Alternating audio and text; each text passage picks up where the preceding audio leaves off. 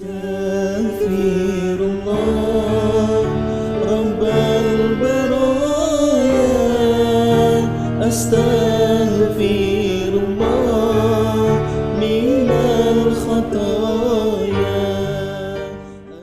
بسم الله الرحمن الرحيم. السلام عليك يا رسول الله، السلام عليك يا حبيب الله، السلام عليك يا خليل الله، السلام عليك يا صفي الله، السلام عليك يا ولي الله، السلام عليك أيها النبي ورحمة الله وبركاته. السلام علينا وعلى عباد الله الصالحين. اشهد bareng-bareng. Asyhadu an la ilaha illallah wa asyhadu anna Muhammadar Rasulullah. 3 kali. Asyhadu an la ilaha wa asyhadu anna Muhammadar Rasulullah. Asyhadu an la wa asyhadu anna Muhammadar Rasulullah. Allahumma shalli ala sayyidina Muhammad wa ala ali sayyidina Muhammad kama shallaita ala sayyidina Ibrahim wa ala ali sayyidina Ibrahim wa barik ala sayyidina Muhammad wa ala ali sayyidina Muhammad kama barakta ala sayyidina Ibrahim wa ala ali sayyidina Ibrahim fil alamin innaka Hamidum Majid. Assalamualaikum warahmatullahi wabarakatuh.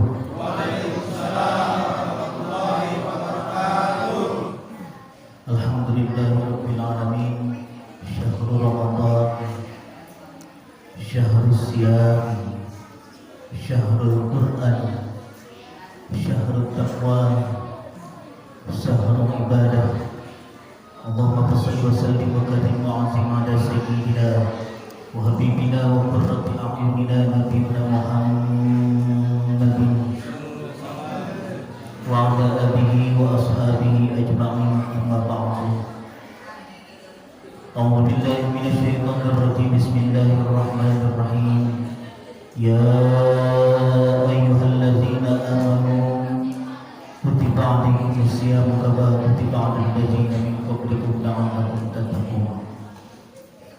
Shadaqallahul 'azim wa sadaqa rasulun nabiyul habibul karim wa nahnu 'ala dzalika minasyahidin wasyakirin walhamdulillahi rabbil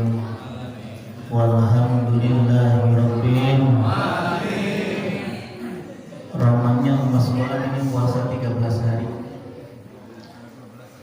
ya, 12 hari ya, udah masuk ke malam 14. Saya emang gak kebayang ini masjid gede banget. Yang hadir alhamdulillah rabbil. Bapak-bapak, ibu-ibu, anak-anak semua yang sama-sama dimuliakan oleh Allah Subhanahu wa taala. Ibadah puasa sebenarnya bukan ibadah yang baru. Ibadah puasa adalah ibadah turun-temurun dari zamannya Nabi Adam sampai Nabi Muhammad SAW. Bahkan setelah Nabi Muhammad SAW diteruskan sama penghulu-penghulunya, pada tabi'innya diteruskan sampai kepada kita. Ibadah Ramadan adalah ibadah, bukan ibadah baru.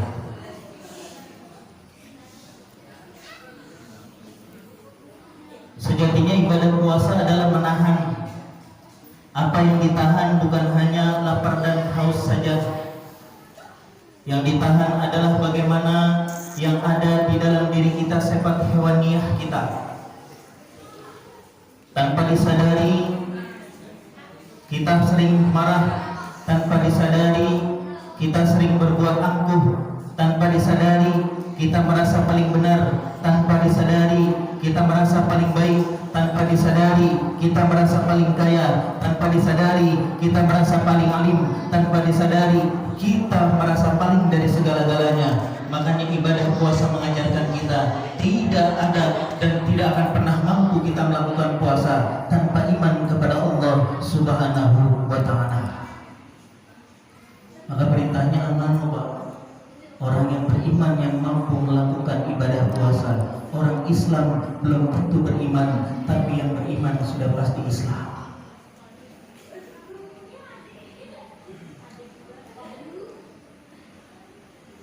Ibadah Ramadan kali ini sama seperti ibadah Ramadan tahun sebelumnya, Pak. Kalau kita tidak merubah mindset kita, kalau tidak bisa merubah ilmu kita, kalau tidak bisa merubah pemikiran kita, ibadah kali ini pun sama dengan yang kemarin. Kalau tidak ada hasil apa-apa di diri kita sendiri, Pak.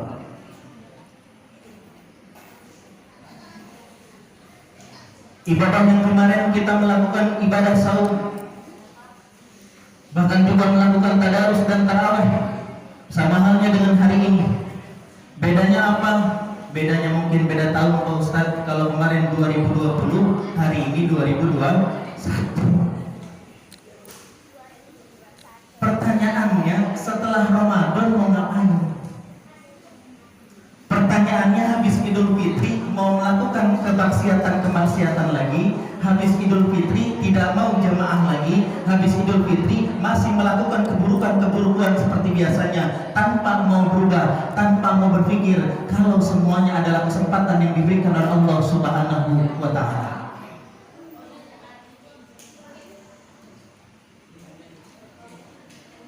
Dua minggu yang lalu, Pak, sebelum Abang Uci meninggal, itu saya ikut pengajiannya sekali. Apa kata Abang Uci? Ibadah puasa itu yang paling penting kita ngerasa sama Allah kalau kita gak punya daya dan upaya untuk bisa hidup besok. Makanya hari ini ibadahnya maksimalin. Kita ngerasa santai, Pak. Bahkan kita ngerasa yakin besok masih hidup sampai kita ibadah biasa aja. Tadi gak sholat zuhur, ntar juga buka puasa. Gak ada iktikat di dalam hati kepada diri kita sendiri bahwa gak ada kesempatan selain hari ini, Pak. Besok itu gak ada jaminan kita bisa hidup. Besok itu gak ada jaminan kita bisa menghembuskan nafas kita. Besok itu gak ada jaminan, Pak. Bahkan nafas kita adalah takdir-takdirnya Allah yang Allah berikan kepada kita hanya untuk ibadah kepada Allah Subhanahu wa Ta'ala. Tidak ada yang lain.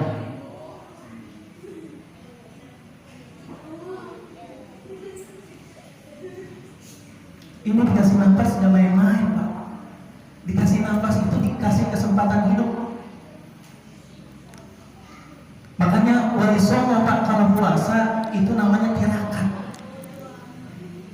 Kalau pengen ngilangin nafsu yang ada di diri kita, jangan makan yang bernyawa. Tirakat, gak boleh makan yang bernyawa. Yakin gak ada nafsunya. Bapak yang hari ini nafsunya gede, sama istri sama perempuan, jangan makan yang bernyawa 40 hari. Habis itu Bapak gak akan pernah bisa berdiri. Percaya. Selama makin yang bernyawa, selama makan yang bernyawa, selama itu pula kita, Pak, akan punya hasrat bagaimana seekor binatang, bagaimana ada sifat hewaniah yang ada di makanan kita mempengaruhi badan-badan kita untuk melakukan sifat hewaniah juga.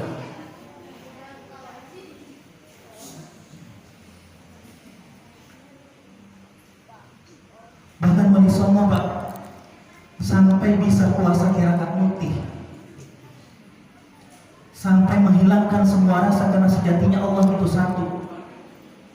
Puasanya itu sampai nasi putihnya itu dicuci, Pak, sampai tidak berasa nasi karena berat untuk mencintai Allah. Gak hanya kita bisa beribadah, iya kena dua, iya kena nasta'in. Kalau kita mengesahkan satu hanya rasanya Allah, maka yang lain adalah kepedihan, Pak. Sakit. Emang enak puasa mutih gak bisa. Kita bersyukur, Pak, ibadah puasa cuma nahan dari terbit fajar sampai terbenam matahari. Habis itu kita gak puasa, Pak. Kita masih melakukan makan yang seenaknya. Bahkan kalau namanya ibadah puasa menahan, Sanggupkah kita menahan sebagaimana kita yang diajarkan baginda Nabi Muhammad SAW? Sanggupkah kita berpuasa sampai puasa itu menahan semua keburukan-keburukan yang ada di diri kita? Jangan cuma menahan hanya ukurannya sampai fajar dengan terbit matahari. Setelah itu kita tidak melakukan puasa. Terus apa yang didapat, Pak? Cuma lapar dan haus. Itu enggak upahnya seperti ibadah puasa seperti anak-anak kita hari ini. Bapak-bapak, ibu-ibu yang sama-sama dimuliakan oleh Allah Subhanahu wa Ta'ala, mari kita introspeksi diri kita. Betapa kesempatan puasa ini tidak akan pernah kita dapatkan sekali lagi. Yakin, Pak. Berapa banyak saudara kita di IGIS, Pak, yang ibadah puasa kemarin ngumpul, hari ini nggak ada. Maka ayo maksimalkan sisa 17 Ramadan lagi, 17 hari lagi, Pak. Kita di umat Muhammad luar biasa, Pak, dikasih bulan yang agung di mana bulan itu bisa menghapuskan dosa-dosa kita. Man shoma Ramadanan imanan wa ihtisaban ghufira lahu ma taqaddama min dzambi wa ma ta'akhkhar. Barang siapa yang berpuasa karena iman dan karena ihtisaban, karena keikhlasan hanya kepada Allah Subhanahu wa Ta'ala, bukan karena pengen dibilang bulan Ramadan bulan alim, kita mulai rajin-rajin pergi ke ibadah. Gak pernah sholat jamaah, ikut jamaah, tapi setelah Idul Fitri gak jamaah lagi. Ayo lempengin, Pak. Gak ada amal yang didapat di diri kita kalau tidak diniatkan karena Allah Subhanahu wa Ta'ala. Amal apapun tanpa diniatkan murni karena Allah Subhanahu wa Ta'ala tidak akan mendapatkan apa-apa. Bapak-bapak, ibu-ibu yang sama-sama dimuliakan oleh Allah Subhanahu wa Ta'ala, di kesempatan ini ayo mari kita sama-sama berintrospeksi diri kita. Betapa kesempatan puasa ini adalah luar biasa yang diberikan oleh Allah Subhanahu wa Ta'ala.